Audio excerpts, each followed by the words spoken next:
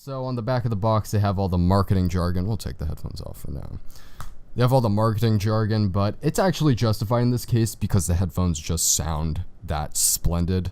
So yeah, go ahead. Boast a bit on the back of the box. You deserve it.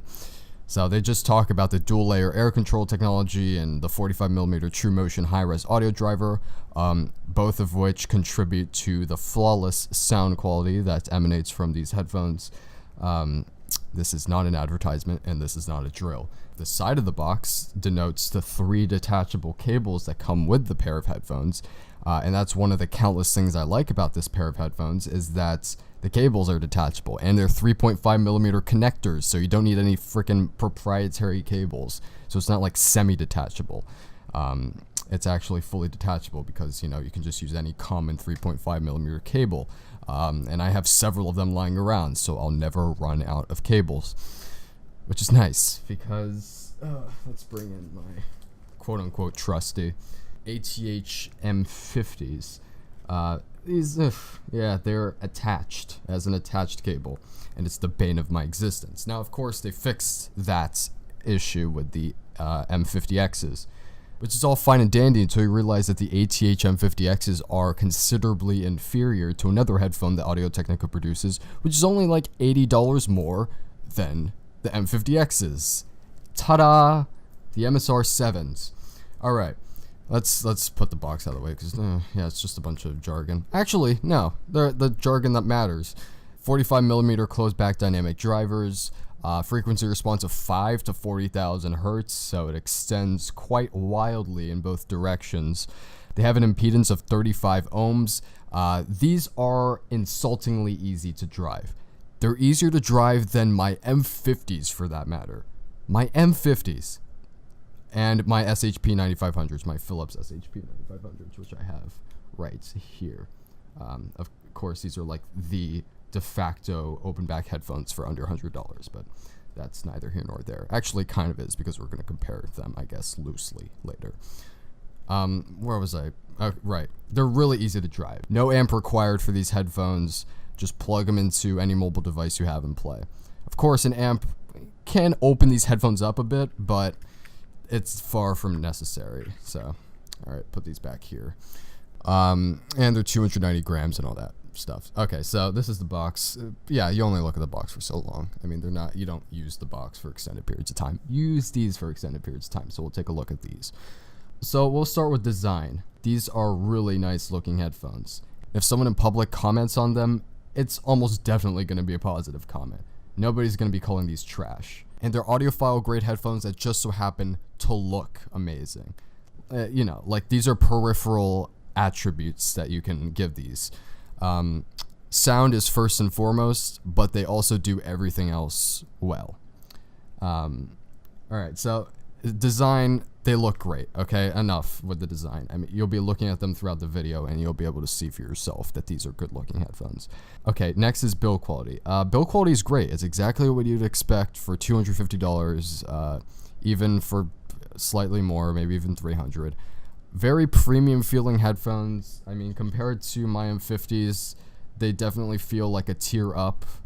These feel non-subtly plastic. These barely feel like they're plastic. This is probably the most premium plastic I've ever touched. It's premium. Doesn't feel like the headband's gonna give way anytime soon. Speaking of which, the adjustable headband feels robust when you try to adjust it. Really no complaints with the build quality. I don't notice any creaking. That seems to have been a problem with earlier production units, but since this headphone's been out for a couple years, I think they've ironed the kinks out as far as that's concerned. So no problems with build. Now we'll briefly look at the cables. Are they good cables? I'd say so. I mean, they're better than pretty much everything I have lying around. The only thing I don't like about these cables is that they're L-shaped, which means that they're more difficult to plug into a phone if you have a case on it. So yeah, that's a bit unfortunate, but they're really nice feeling. I mean, they feel pretty premium. They look nice. They match the color of the headphones. This is the 1.2 meter cable without remote functionality. It's the only one I use. There's a 1.2 meter cable with remote functionality. I don't really care for the remote functionality, so I just keep it in the thing. The bag is the thing. And this is the 3-meter cable, which I never end up using because it's too long for any practical use. For me, at least, but it's nice to have the option. So it comes with 3 decent detachable cables, but if you manage to screw up all 3 of them, you can just buy some cheap-ass 3.5mm cable and you're good to go. So that's nice. I really like the detachable cable functionality, but, you know, at this price range, it is to be expected, to be quite honest, but, you know, at least it's there. Next, we're moving on to comfort. So I'm spoiled by the SHP 9500s. These are commonly regarded as one of the most comfortable headphones on the market, if not the most comfortable pair of headphones, because the headband gives way very easily. It's fairly flexible. There's not a lot of clamping force. The ear cups are soft and they're large enough to fit practically any ear in human existence. They feel like they're not on your head, and in some circumstances, I prefer wearing these headphones to not wearing them, to just having air around my head. I prefer wearing these. They're immensely comfortable. So, I mean, it's facing some pretty stiff, no pun intended, actually pun intended. Yeah, I'm brilliant enough to think of stuff like that on the spot. Competition. So, how do they fare in terms of comfort? Well, I guess we'll start with the good. I mean, the ear cups easily beat whatever was on the M50s. I mean, I've had these for about 4 years, and the M50s ear cups are brittle, they're cracked, they're hard, and I don't see that happening to these ear cups just because they feel of a more premium material. So that shouldn't be a concern with them. I mean, yes, these are pleather, so they might end up cracking in a few years, but, you know, these are still these are like a higher grade of material than the ear cups on these. And I know the M50Xs have better ear cups. I'm aware of that. Ear pads, sure. I think that's a negligible difference, but it's probably not. So these have gotten pretty uncomfortable over time. Now, I have no idea what that is. Is that like, if that's earwax, how did that, I don't know. I don't know what that is. Earwax stays in the ear if it's in the ear. Anyway, that's disgusting if that's the case. Fortunately, my ear is not big, so it fits in here anyway, so these headphones are still comfortable for me because I don't touch the hard shell that are these ear pads. But, you know, these ear pads have hardened over time, and they weren't too soft to begin with. They're plush, they're relatively thick, my ears fit in them pretty easily, but if you have larger ears, your ears might touch the inner ring, if you will, of these headphones, which might not be the most comfortable thing in the world. So they're not big enough to fit all ears like the ear pads on the SHP 9500s. Yeah, it's kind of something to note, but I'm not personally affected by it, so that's all that matters. No, of course not, but, you know. But these are comfortable, they're plush, and these aren't the issue. Yes, there is a slight issue, and we'll get to that in a second. The headband, it's not padded that well. There's not a lot of padding on the headband. I have hair. I have quite a lot of hair, so it doesn't matter to me. I almost never feel it on my head or touching my head directly because hair is kind of a cushion for me. But for people who don't have hair on top, you know, baldies, is that an offensive term? I don't know. And I hope to never know. No offense, bald people. Ouch. Speaking of ouch, the headband. Yeah, it's just not padded well. There's not enough padding. There's next to no padding. There's more padding on the headband of my M50s, which is odd. Granted, most of it has corroded after several years of usage, but there's still more padding on this headband, even after half of it's left the headband due to just natural causes. But these just don't have any padding. It's like they just straight up neglected to put padding on this. It doesn't affect me. I don't feel uncomfortable because of it, but there are quite a few people who complain that they feel something called, which is called a hot spot on their head, which is just the headband just pressing down on their head. And when you don't have enough cushioning here, there's nothing to soften that blow, so to speak. So that's something to consider if you don't have a lot of hair. So these two things don't personally affect me. So far, these are a very comfortable pair of headphones. And they still are. There's just one initial problem. Now, you can solve this by doing what I did in the beginning of the video. There we go. The clamping force on these headphones is oddly present. It's tight. The headphones feel tight when you first put them on your head.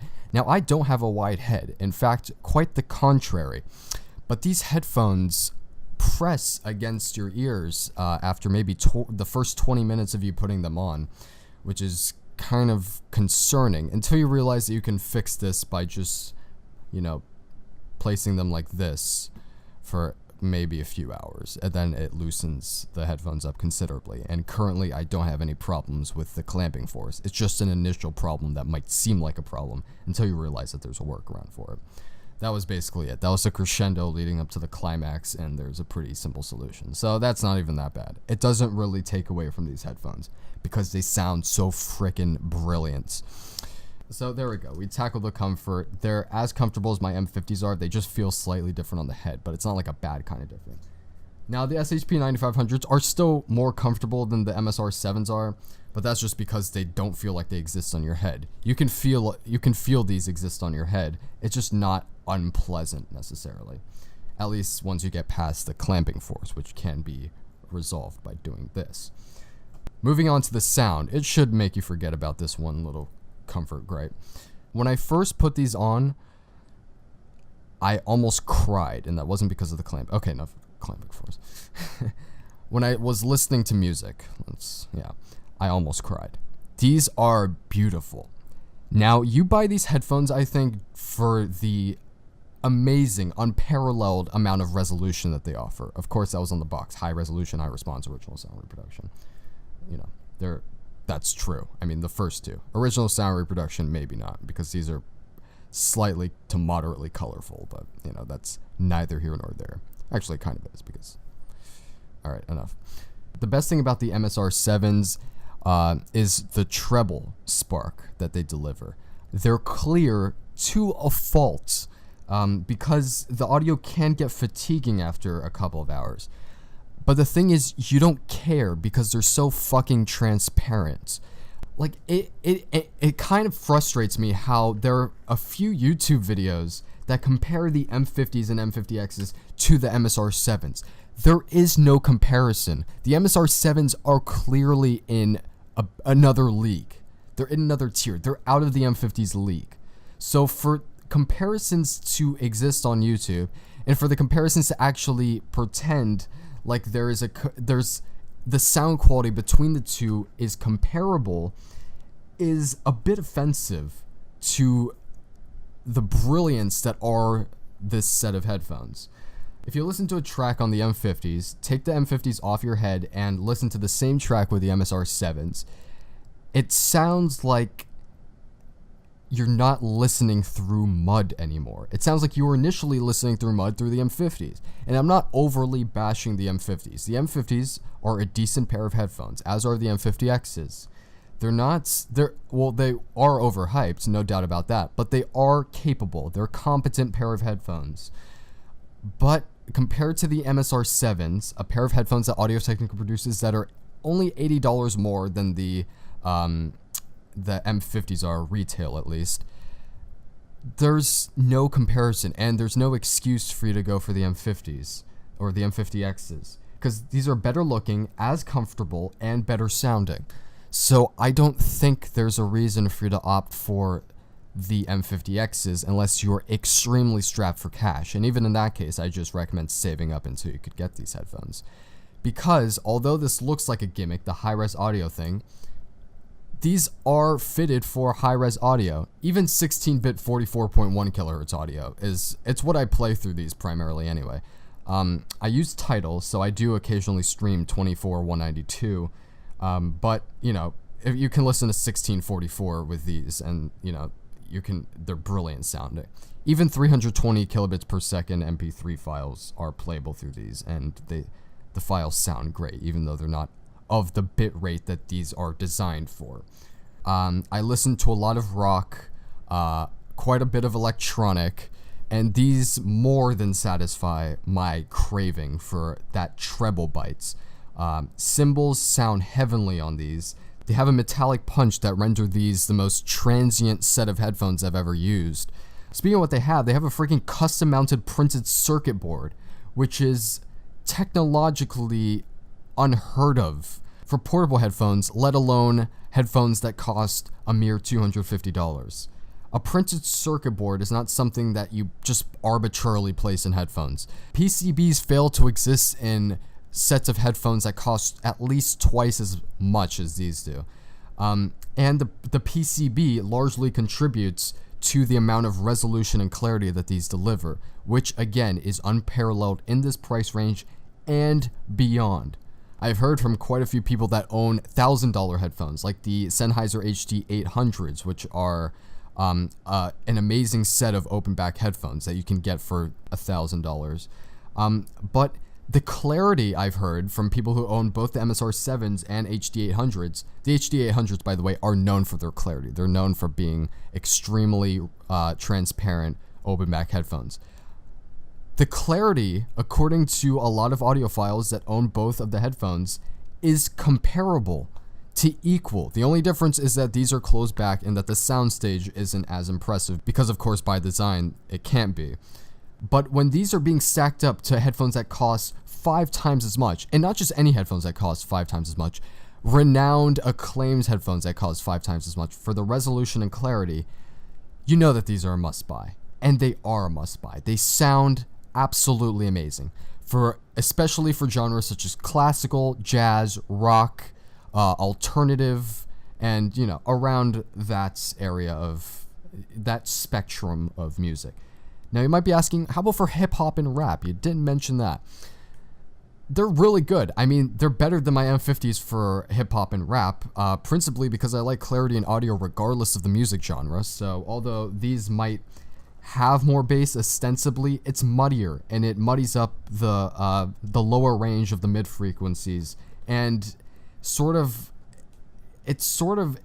it provides like a really peculiar contrast between the muddy bass and the really brittle treble, which kind of makes the treble sound more brittle and makes the M50s overly sibilant. So although the MSR7s have more pronounced treble, they're not as sibilant, nowhere near as sibilant as the M50s are. Now, these do get sibilant when the source material itself is sibilant. A lot of modern recordings are sibilant by nature just because of the mastering of the track. Therefore, if you listen to more modern stuff, these can get pretty fatiguing pretty quickly due to the sibilant nature of the tracks that are merely accentuated by the headphones themselves. So the only reason I keep these around is when I'm listening to poorly mastered tracks, because these match them appropriately due to the fact that these mask poor mastering, due to the fact that they aren't as transparent and clear. So that's why I use these occasionally, because if I'm listening to a track that sounds bad inherently, I'm not going to listen to them through these because these make them sound as bad as they deserve to sound.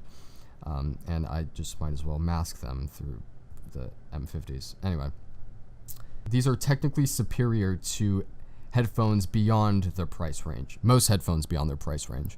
And that's why they're an easy recommendation.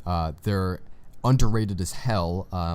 The fact that the M50Xs are still being sold and these haven't caught on to overtake the M50Xs as the most popular headphone in Audio-Technica's repertoire kind of disturbs me a bit, because these do everything the M50s do and more.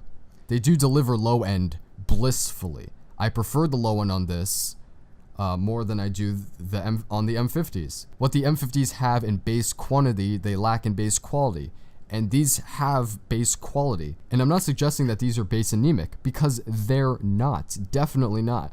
Due to a frequency bump in the upper mids of the spectrum, female vocals stand out. So they stand out of practically every instrumental mix, and they sound crystalline. They sound absolutely breathtaking. Fortunately, I listen to a lot of female vocalists because I'm just so sexist. It's not 50-50, sorry to break it to you. But it doesn't get old. I love rediscovering the voices of people from the likes of Joni Mitchell and Carole King and Karen Carpenter. A lot of consonants in those names for some reason. Probably because consonants are most of the English language. Yeah, somebody want to fact check me on that? Now the soundstage is nothing to write home about. Of course, this is partially due to the design. I mean, they're closed back, so sound can't really escape, and it can't really give you that environmental sound. Not bad, but so I suppose you know what I mean. By the way, a little design thing. One thing I don't like about the design is the font of the left and right indicators. It looks a bit archaic and not as modern as the rest of the headphone does. But anyway, back to the topic.